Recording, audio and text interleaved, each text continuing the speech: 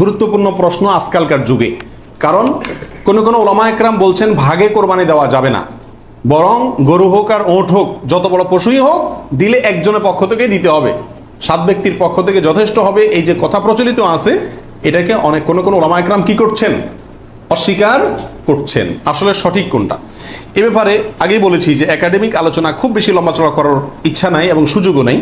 শুধু সংক্ষেপে এটুকু বলবো, সব যুগেই সবচাইতে বেশি সংখ্যক ওলামাদের মতে, বলা যায় প্রায় সবার মতে, সমস্ত ওলামা একরামের মতেই বলা যেতে পারে প্রায়, গরুর ক্ষেত্রে একটা গরু 7 জন ব্যক্তির পক্ষ থেকে কি হবে, কোরবানির জন্য যথেষ্ট হবে। এক্ষেত্রে বিচ্ছিন্নভাবে যে 2-1 আলেম বলছেন যে গরু হোক আর ওট হোক একজন থেকে হবে, 7 জন থেকে হবে না, তাদের যুক্তিগুলা খুবই ঠুনকো এবং খুবই দুর্বল। নবী আলাইহিস সালাম যে সফরে একাধিক ব্যক্তিকে কোরবানিতে অংশগ্রহণের সুযোগ দিয়েছিলেন, তারা বলেন যে এটা সফরের জন্য নির্দিষ্ট, অথচ নবী আলাইহিস সালাম সেটা নির্দিষ্ট করেন নাই, এটা ওনারা নির্দিষ্ট করছেন। নবী আলাইহিস সালামের কোনো নির্দেশ সফরে হোক, হাজারে হোক, সফরের বাইরে হোক, যে কোনো নির্দেশ সাধারণত ব্যাপকভাবেই সবার জন্য সব সময়ের জন্য প্রযোজ্য হয়, যদি কোরআন এবং সুন্নাহর কোনো বর্ণনা দ্বারা নবী আলাইহিস সালাম নিজে ওইটাকে নির্দিষ্ট না করে দেন। তিনি সফরে যদি কোনো নির্দেশ করেন, ওই সফরের বাইরের জন্য সেটা কার্যকর হবে কি হবে না? যদি কেউ সফরের জন্য নির্দিষ্ট করতে চায়, তাহলে তার জন্য পৃথক দলিলের প্রয়োজন।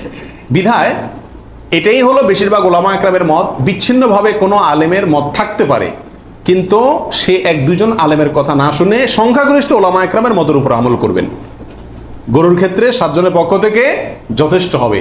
তবে একটা কথা এখানে বলতেই হবে, সেটা হলো উত্তম হলো একাকি দেওয়া, ভাগে না দিয়ে কি দেওয়া, একাকি দেওয়া। এক্ষেত্রে কারোর কোনো দ্বিমত নাই, একাকি দিতে পারলে সেটা সবচেয়ে বেস্ট এবং ভালো। 7 ভাগের নিচে হলে কোনো সমস্যা আছে কিনা গরুতে? একটা গরুতে ধরেন 5 জন মিলে দিলেন, 4 জন মিলে দিলেন, 3 জন মিলে দিলেন, 6 জন মিলে দিলেন, 7-এর নিচে হলো, এটা কি যথেষ্ট হবে না কোনো সমস্যা আছে? এর উত্তর হলো কোনো সমস্যা নাই।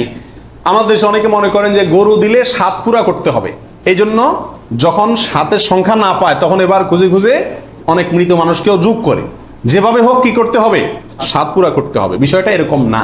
কোরবানির গরুতে সর্বোচ্চ 7 পর্যন্ত দেওয়া যায়, 3 জন, 2 জন, 7 জন, 5 জন, 6 জন, যে কোনো সংখ্যায় 7-এর নিচে থাকলেই কোরবানি দেওয়া যাবে।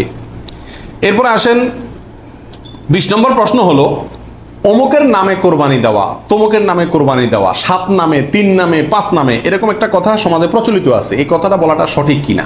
এর উত্তর হলো না, এটা সঠিক না, এই কথাটা ভুল।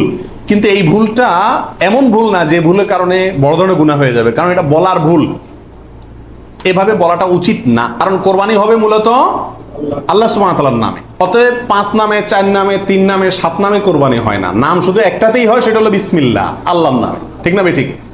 অতএব এই কথাটা বলার ভুল। এখানে বলতে হবে 7 জনের পক্ষ থেকে, 3 জনের পক্ষ থেকে, বা 3 শরিক, 5 শরিক, 5 শেয়ার, 5 ভাগ, এভাবে বলা যেতে পারে। কিন্তু বা অমুকের পক্ষ থেকে, তমুকের পক্ষ থেকে, এভাবে বলা যেতে পারে, কিন্তু অমুকের নামে, তমুকের নামে এভাবে বলাটা উচিত নয়। যদি এখানে কেউ এই উদ্দেশ্যে বলে না যে আল্লাহর সাথে শরিক করে 3 জনের নামে দিচ্ছি, এরকম কেউ উদ্দেশ্য নেয় না, সেজন্য এটা কি হবে না, শিরকে পৌঁছাবে না। তারপর এভাবে না বলাই উচিত এবং উত্তম, নিরাপদ। পরিবারের সব সদস্য বা একাধিক সদস্য যদি সামর্থ্যবান হয়, তাহলে সবাই দিবে, নাকি গোটা পরিবারের পক্ষ থেকে একজন দিলেই চলবে? নবী আলাইহিস সালাম থেকে এক্ষেত্রে একটা হাদিস বর্ণিত হয়েছে, যেটা একটু আগে আপনাদেরকে শুরুতে আমি শুনেছি, মুসনাদ আহমদে বর্ণিত হয়েছে, এবং আরো অনেক হাদিসের কিতাবে কাছাকাছি হাদিস বর্ণিত হয়েছে। নবী আলাইহিস সালাম বলেছেন যে প্রত্যেক পরিবারের উপরে একটি কোরবানি জরুরি, প্রত্যেক পরিবারের উপরে উযহিয়াতুন, একটি কোরবানি জরুরি, আলা কুল্লি আহলি বাইতিন, এই ধরনের শব্দ তিনি ব্যবহার করেছেন, প্রত্যেক পরিবারের উপরে। এই হাদিস থেকে বোঝা যায় কোরবানি এটা এক পরিবারে একাধিক সদস্য যদি হয় সামর্থ্যবান, তথাপি যিনি মূল কর্তা তিনি দিলেন, তাহলে সবার পক্ষ থেকে হয়ে যাবে।